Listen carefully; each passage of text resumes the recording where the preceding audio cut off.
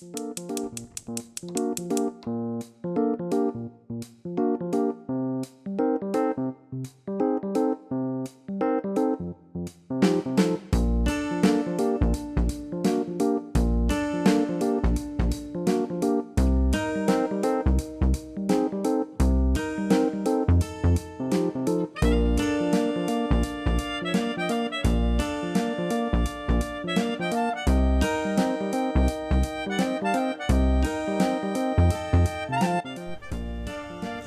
நம்ம கேக் செய்யறதுக்காக 2 முட்டையை மிக்ஸியில் ஊற்றிக்கிங்க.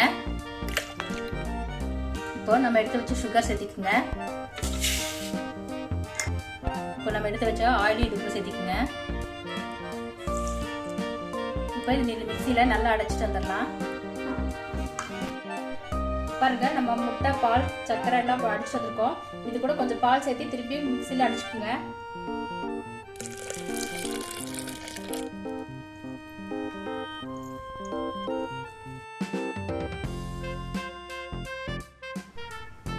இப்போ ஒரு பாத்திரத்துல நம்ம எடுத்து வச்ச மாவு மைதா பாருங்க, 1 கப் அது போட்டுக்கோங்க. இப்போ பாருங்க, 1 spoon baking powder, 1/2 spoon baking soda இதெல்லாம் போட்டு நல்லா மிக்ஸ் பண்ணிக்கோங்க. மிக்ஸ் பண்ணிட்டு இது ஏன் ஜெலிக்கிறோன்னா நல்லா மிக்ஸ் ஆகணும், அதுக்காக ஜெலிக்கிறோம். இப்போ நம்ம நல்லா ஜெலிச்சுக்கலாம்.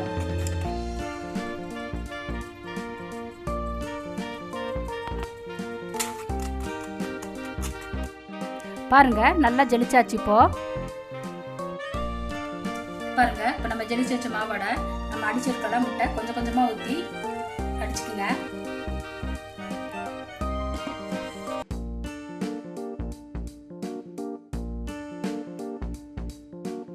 ஒரே சைடாக கலக்குங்க. மைதா வந்து ரொம்ப அடிக்காதீங்க. பாருங்க, நம்ம ஊற்றுனது கெட்டியாக இருக்குது. இன்னும் கொஞ்சம் சேர்த்திக்கணும் நம்ம.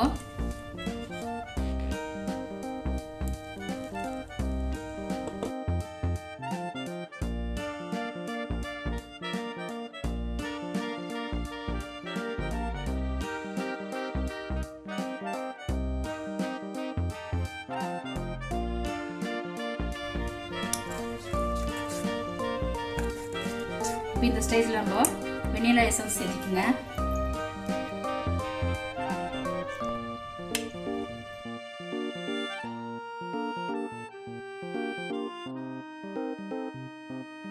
பாருங்க, இந்த பதத்துக்கு கலக்கணும். இந்த மாதிரி இருக்கணும். பாருங்க, நம்ம கலக்கின மாவு ரெடி ஆயிடுச்சு. இப்போ நம்ம கேக் ட்ரே ரெடி பண்ணிட்டு அதில் ஊற்றிக்கலாம். பாருங்க, இந்த ட்ரேல வந்து நம்ம 1 ஸ்பூன் ஆயில் ஊற்றிட்டு நல்லா ப்ரெஷ் வச்சு ப்ரெஷ் பண்ணிக்கலாம் நம்ம. இப்போ இந்த மாதிரி பாத்திரம் இல்லாதவங்க இந்த மாதிரி கொஞ்சம் கெட்டியாக இருக்கிற பாத்திரத்தில் நீங்கள் வச்சு ஊற்றி செஞ்சுக்கலாம். இப்போ நான் 1 ஸ்பூன் ஆயில் ஊற்றிக்கிறேன். ஊற்றிட்டு இந்த மாதிரி ப்ரெஷ் வச்சுக்கிட்டிங்கன்னா நல்லா பரப்பி விட்டுக்குங்க. அப்படி ஃபுல்லாக ஆயில் எல்லாம் இடத்துல படுற மாதிரி.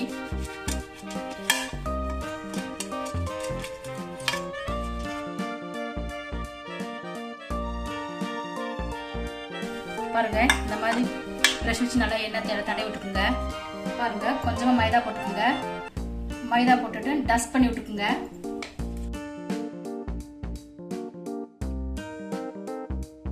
பாருங்க, இந்த மாதிரி டஸ்ட் பண்ணி விட்டுக்குங்க. பாருங்க, நம்ம ரெடி பண்ணி வச்ச கேக் மாவு இந்த ட்ரேல ஊத்திக்குங்க.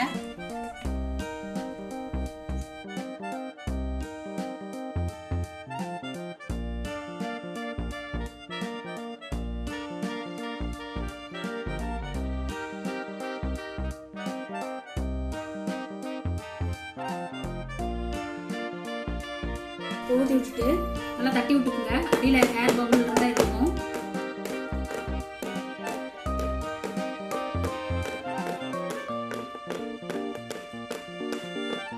நீங்கள் விருப்பப்பட்டீங்கன்னா மேலே முந்திரியும் பாதாமும் தூவிக்கலாம். இல்லைன்னா நீங்கள் பிளைனாகவே விட்டுக்கலாம். நான் வந்து மேலே வந்து முந்திரியும் பாதாமும் லேசாக தூவி விடுறேன்.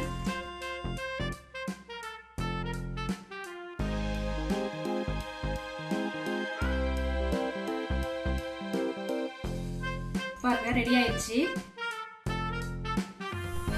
பாருங்க, ஒரு வடை சட்டி வச்சிருக்கிறேன். இப்போ கொஞ்சம் உப்பு போட்டுக்குங்க. உப்பு போட்டு நல்லா பரப்பி விட்டுக்குங்க. இப்போ இது ஒரு 10 நிமிஷத்துக்கு வந்து ஃப்ரீ ஹீட் ஆகணும். கொஞ்சம் அதை வரை தட்டு போட்டு மூடி வச்சுக்கலாம். பாருங்க நல்லா ஹீட் ஆயிடுச்சு. இப்போ இந்த ஸ்டாண்ட் வச்சிடலாம். ஸ்டாண்ட் வச்சுட்டு நம்ம ரெடி பண்ண மாவு வந்து இதை வச்சிருங்க. எப்பவுமே அடுப்பு சிம்பிளா தான் இருக்கணும். இப்போ அது வந்து 30 நிமிஷம் வரையும் நல்லா வேகணும். இப்போ தட்டு போட்டு நல்லா மூடி வச்சிருங்க. பாருங்க 30 நிமிஷம் ஆயிடுச்சு. இப்போ நம்ம கேக் வந்திருக்கான்னு பார்க்கலாம். இப்போ நம்ம கேக் வந்திருக்கான்றதை எப்படி பார்க்கணும்னா இந்த மாதிரி கத்தி வச்சுட்டு குத்தி பாருங்க.